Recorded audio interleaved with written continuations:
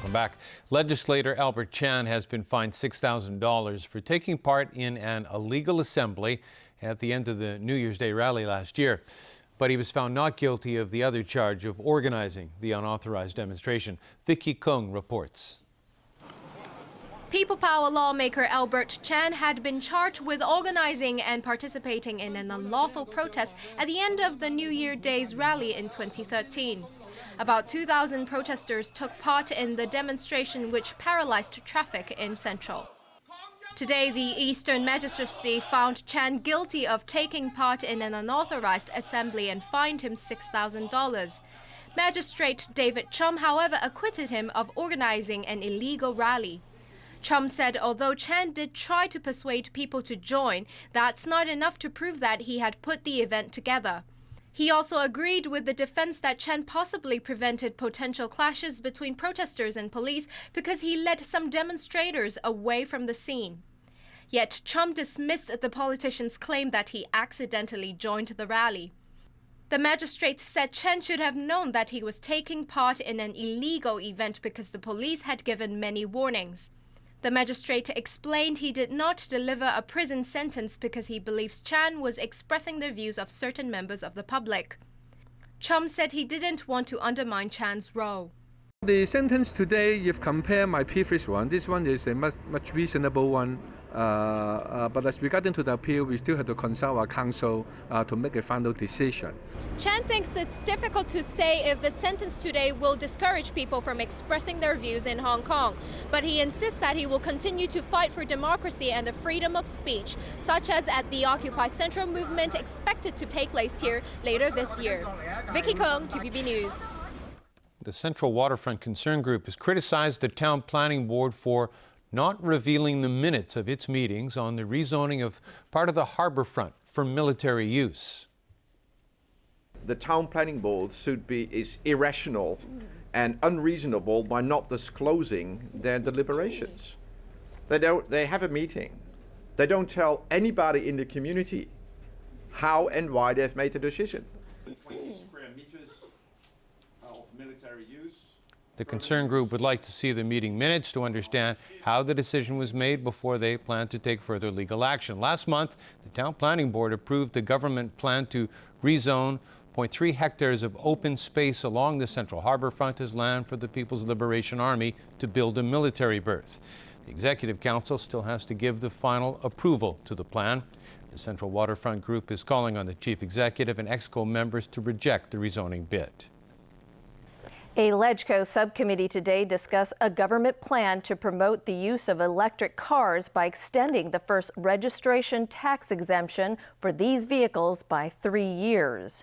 Some lawmakers question whether electric sports cars should be exempted.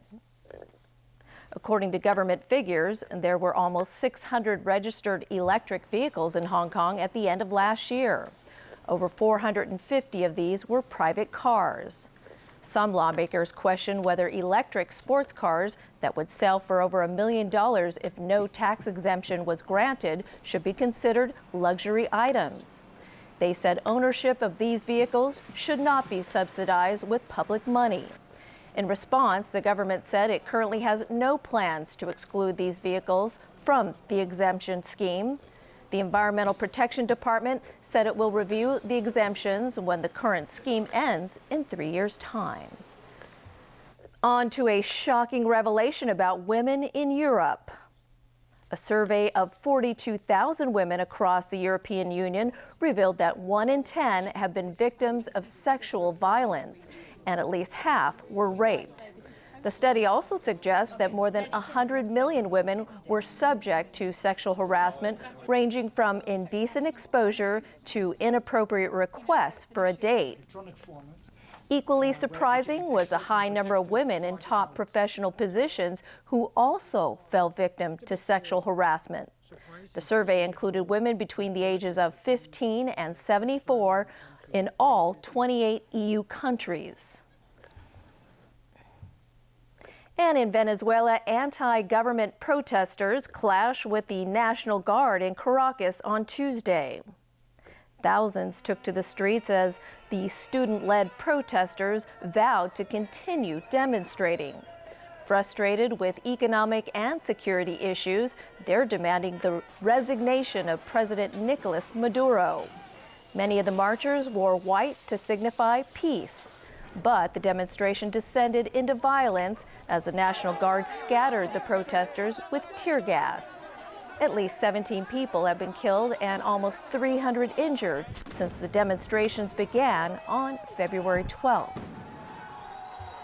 Chris, what do you have for us in sports today? Well, we've got the day after for LeBron James. You can't score 61 points every night, right? Right. In the NBA, everyone was wondering how the Miami Heat's LeBron James would follow up his 61-point performance against the Charlotte Bobcats. As Jamison Wong shows us, the Houston Rockets brought James' high-flying act back down to earth. So how would Lamask follow up his 61-point game? Heat and Rockets from Houston and LeBron James with a steal and finish. But this was not his night. He had 39 fewer points. All 5 Houston starters scored in double figures. James Harden with 21 points, while Dwight Howard led the Rockets with 22 points and 16 boards.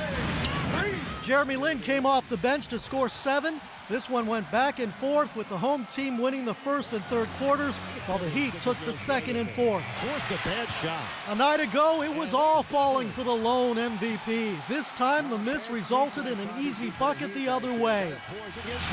Seconds left now, Heat down by 3, and James off target with the three-pointer. Rockets win 106-103. Houston at 41 up, 19 down, are third in the ultra-competitive Western Conference. Jamison Wong, TVB News. Football news now, and Barcelona legend Carlos Puyol announced he's leaving the Nou Camp at the end of the season. Injuries have plagued the 35-year-old recently, and while he's not officially retiring, Puyol said he will take a break from football. The defender made his debut in 1999 with Barcelona, spent his entire club career with the team. He also won 6 domestic championships and 3 Champions League trophies. Representing Spain at the 2010 World Cup, Puyol led his country to victory in South Africa. He headed in the winning goal in Spain's 1-0 semi-final win over Germany. And speaking of the World Cup, we are only 100 days away from the football showcase. Host cities in Brazil lit up landmarks around the country to highlight the countdown. In Rio de Janeiro, Maracana Stadium proudly displayed the colors of the national flag, green, yellow, and blue. However, some venues are in a race against time to be ready for the World Cup. FIFA, that is, had originally wanted all 12 stadiums ready by December, but that didn't happen. And in Curitiba, workers were so far behind schedule, there was a chance the facility could have been cut from the program. And finally, a cold, rainy day didn't stop those itching to celebrate this year's Mardi Gras in New Orleans in the U.S. state of Louisiana. Die-hard carnival goers still gathered in the French Quarter to march in yesterday's Zulu parade down Bourbon Street. Even though many had to carry umbrellas, the flock of merrymakers marked the occasion clad in zany costumes and masks and swinging beads galore. In addition to Louisiana, Mardi Gras celebrations took place throughout Mississippi and Alabama, each sharing traditions brought by French colonists in the 18th century. And that is a wrap of our news. Good night.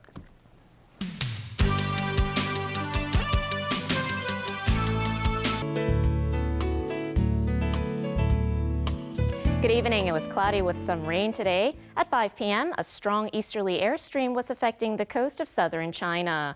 Today's temperatures ranged from 16.3 to 17.6 degrees, and the relative humidity was between 81 to 99%. The current temperature is now standing at 17 degrees Celsius, and the relative humidity is 82%. 0.1 millimeters of rain has been recorded since midnight. So, Freddie, how's the weather tomorrow?